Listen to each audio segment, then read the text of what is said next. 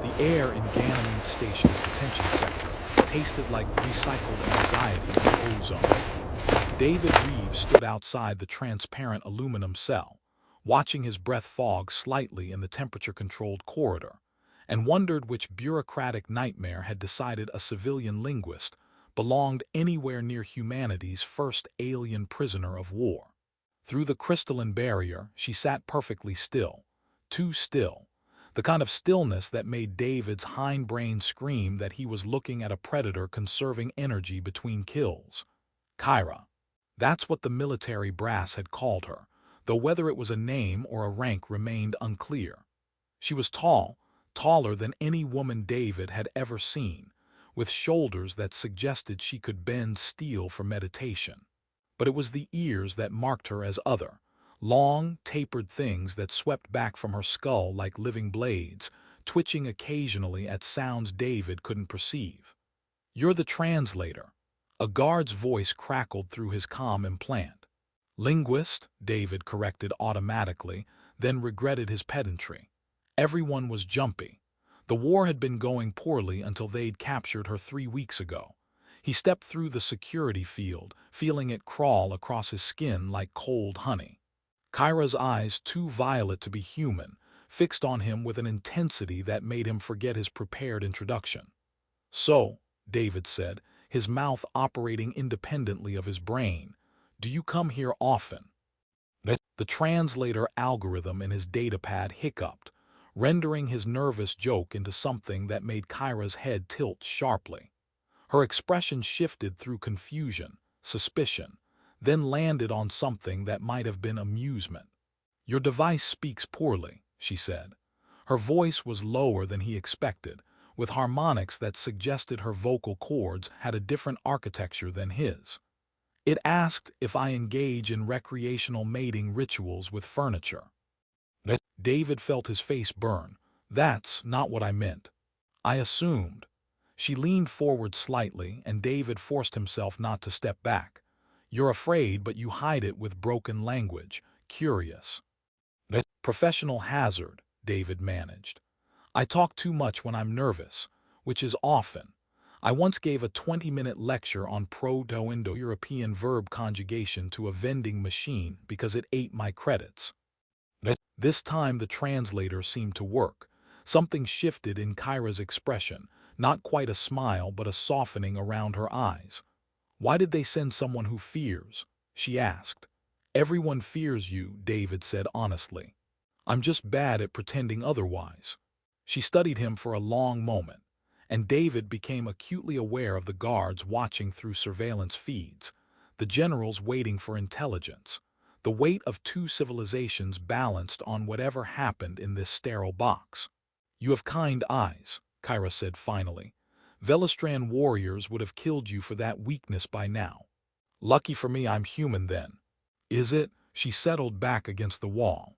"Tell me, David Reeves, your translator gave me your name. Why aren't you asking me about weapons, battle formations, the location of our fleets?" David glanced at his datapad, where a list of approved questions glowed accusingly. Then he looked back at her, at the loneliness he recognized behind all that cultivated menace. "Would you answer if I did?" "No." "Then it seems like a waste of both our times." He pulled up a chair that materialized from the floor panels. "How about instead you tell me what you think of our coffee? I heard they've been feeding you the station blend, which is technically a war crime." 3 weeks into their sessions, David had learned that Kaira found human chairs offensive, considered gravity plating adorably primitive, and had opinions about Earth's moon that she refused to share because they would damage diplomatic relations irreparably. "Your military observers are breathing louder today," Kaira said, without looking up from the holographic star chart David had brought. Her ears swiveled toward the observation window. "The one with the metal teeth is particularly agitated." David didn't bother asking how she knew about Colonel Brenner's dental implants. "They're worried I'm being compromised." Apparently, yesterday's conversation about Velastran poetry didn't yield actionable intelligence. "Poetry is always actionable," Kaira said, her fingers manipulating the star chart with practiced ease. Your generals simply lack imagination. This system here, she highlighted a cluster, we call it the morning lights. Your astronomers call it NGC 7293.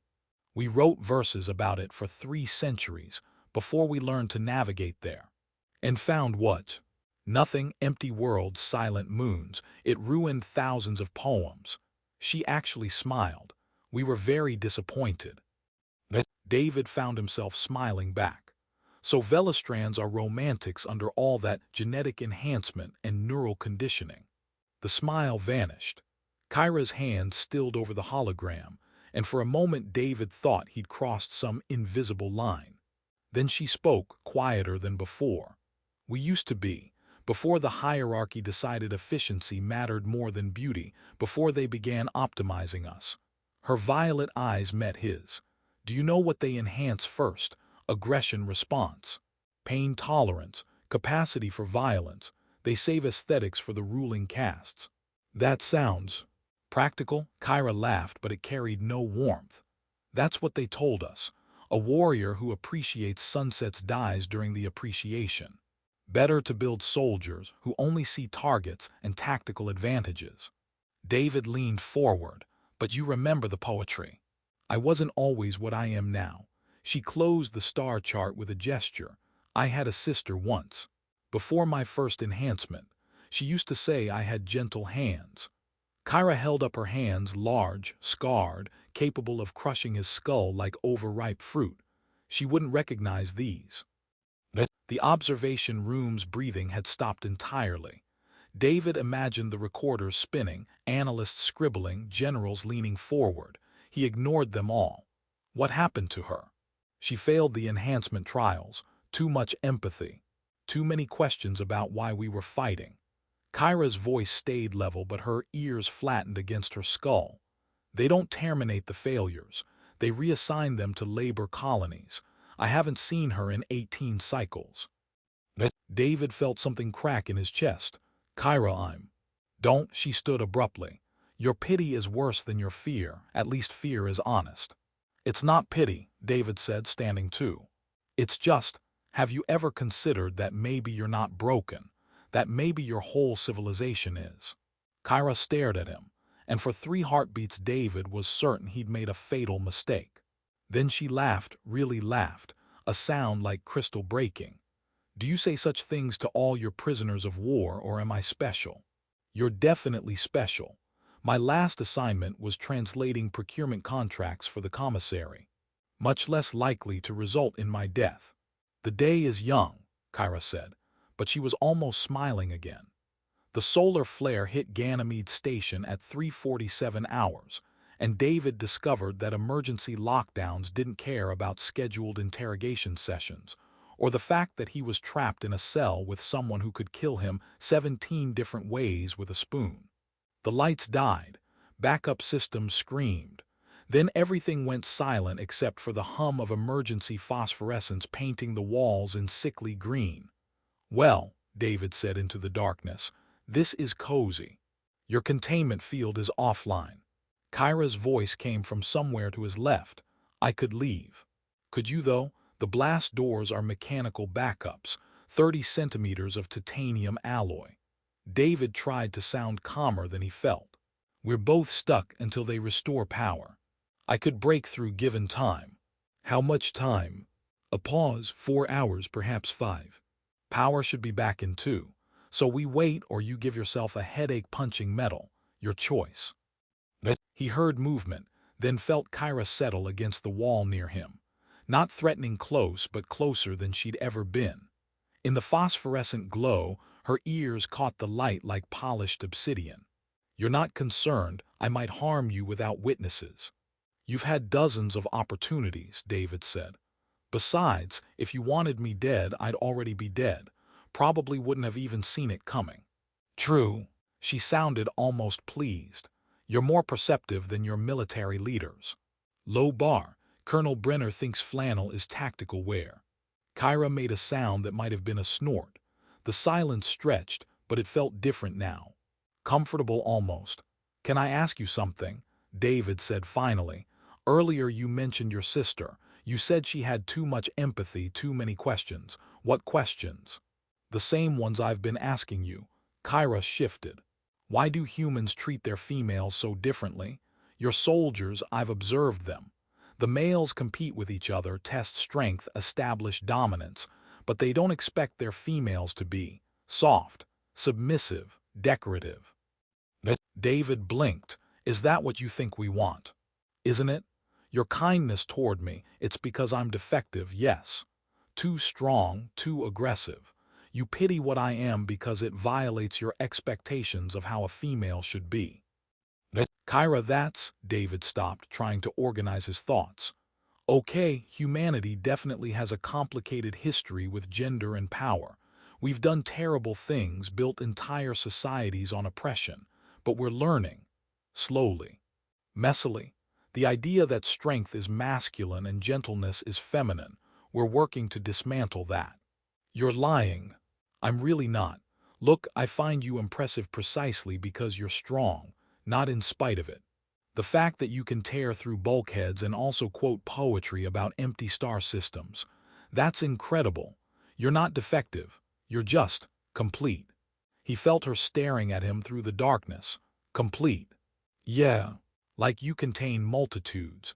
Someone brilliant said that once, probably about something else, but it fits. In Velastran culture, Kaira said slowly, strength is everything. Weakness is erasure. There is no room for multitudes. You are warrior or you are nothing. Sounds exhausting. It is. Her voice dropped. David, I need to tell you something I've never told anyone. Okay. I'm afraid, Kaira said, constantly. Terrified that someone will see past the enhancements and conditioning and realize I'm still that girl who cried over broken poetry. That I'm still weak. David reached out in the darkness, found her hand. It dwarfed his, all calluses and terrible strength, and it was shaking. Then you're already braver than any warrior I've ever heard of, he said. The lights flickered back on and neither of them moved.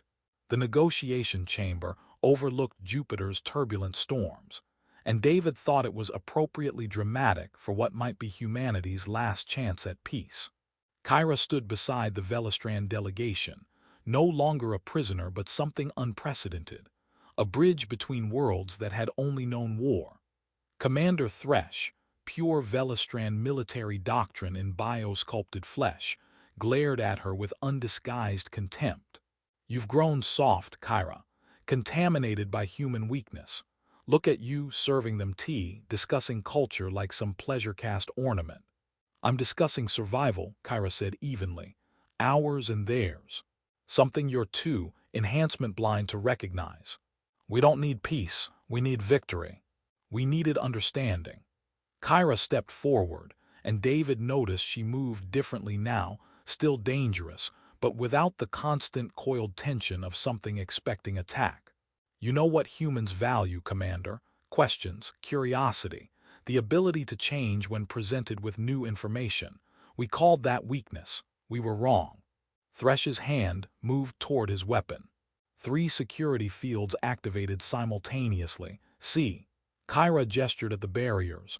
That's strength too, not dominance, not conquest, just the refusal to repeat mistakes.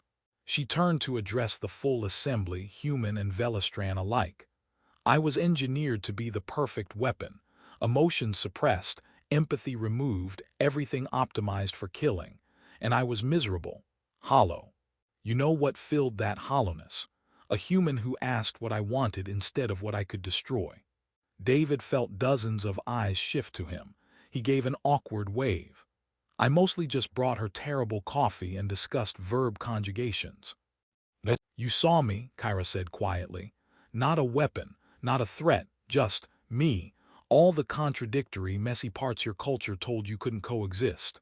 The Earth ambassador cleared her throat. Ms. Kaira has provided intelligence that suggests common ground. The hierarchy's expansion isn't popular among occupied Velastran colonies. There's resistance.